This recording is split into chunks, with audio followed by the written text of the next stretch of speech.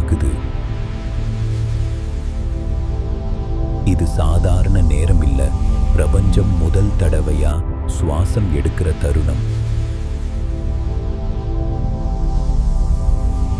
அங்கேயே பாருங்க, அந்த சின்ன ஒளி புள்ளிதான், அதுதான் முதல் வெளிச்சம். பிரபஞ்சமே முதல்ல கண் திறக்கிற மாதிரி.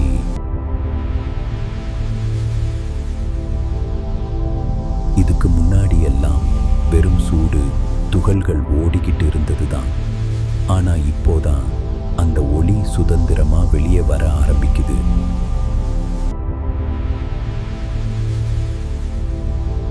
அங்கே நீங்க பார்க்கிறது ஒரு லைட் இல்ல, அது பிரபஞ்சம் பிறந்த அந்த முதல் நினைவு. இதுதான் நம்ம பிரபஞ்சத்தோட ஆரம்ப பக்கம். ரொம்ப அழகா இருக்குது. நாம இன்னும் கிட்ட போய் பார்க்கலாமா? நாம் மாயமான ராக்கெட்டில தான் வந்திருக்கோம், அதனாலே இதுக்கு இன்னும் கிட்ட நாம போக முடியும். ஆனா ஒரு விஷயம், இங்க இருக்கும் சூழல் ரொம்ப ரொம்ப சூடானது. பிரபஞ்சம் ஆரம்பித்த அந்த காலத்தில் எல்லாமே மிக அதிக வெப்பமும் மிக அடர்த்தியான நிலையில தான் இருந்தது. இந்த ஒரே சிறிய புள்ளிக்குள்ளே சக்தி, எனர்ஜி மெதுவாக மாற்றமடைய ஆரம்பிச்சது. அந்த மாற்றமே தான் காலப்போக்கில் விரிவடைய ஆரம்பிச்சது. அந்த விரிவடைதலிலிருந்து தான் பிரபஞ்சம் உருவாக ஆரம்பிச்சது. முதலில் அடிப்படை துகள்கள், பிறகு அணுக்கள், அதுக்கு பிறகு கேலக்சிகள், நட்சத்திரங்கள், கோள்கள், இறுதியில் பூமி.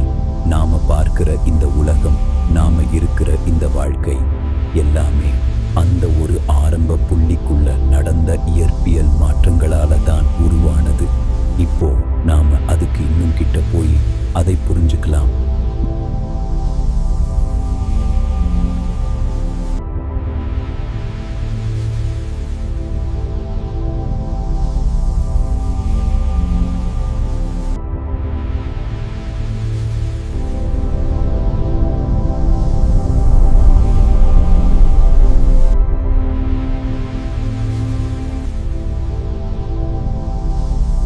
நாம இப்போ பார்க்கிற இந்த காட்சி தெரியும்ல, இது சாதாரணமா வந்ததில்லைடா.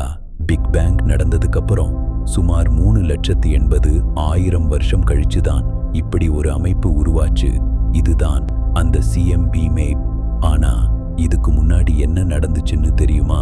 பிக் பேங் நடந்த அந்த முதல் மைக்ரோ செகண்ட்ல இருந்து அடுத்த சில நிமிடங்களுக்குள்ளே பிரபஞ்சமே எப்படி மாறிச்சு, சின்ன சின்ன துகள்கள் எப்படி உருவாச்சு, அதெல்லாம் நாம இப்போ பார்க்கலாமா? ரெடியா நீங்க?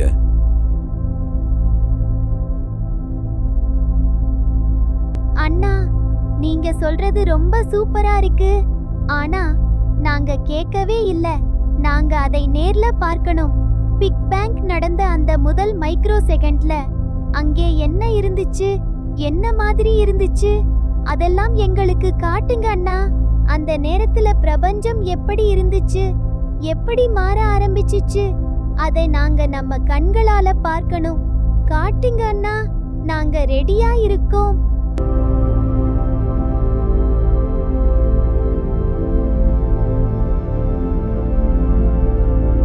பிக் பேங் நடந்த அந்த முதல் சில நொடிகள் தெரியும்ல, அந்த நேரத்துல பிரபஞ்சம் எப்படி இருந்துச்சுன்னா நம்ம கற்பனைக்கே வராத அளவுக்கு சூடா இருந்துச்சு.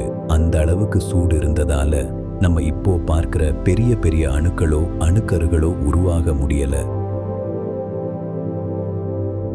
அதுக்கப்புறம் என்ன ஆயிடுச்சுன்னா, முதல்ல உருவானது ரொம்ப சின்ன சின்ன அடிப்படை துகள்கள்.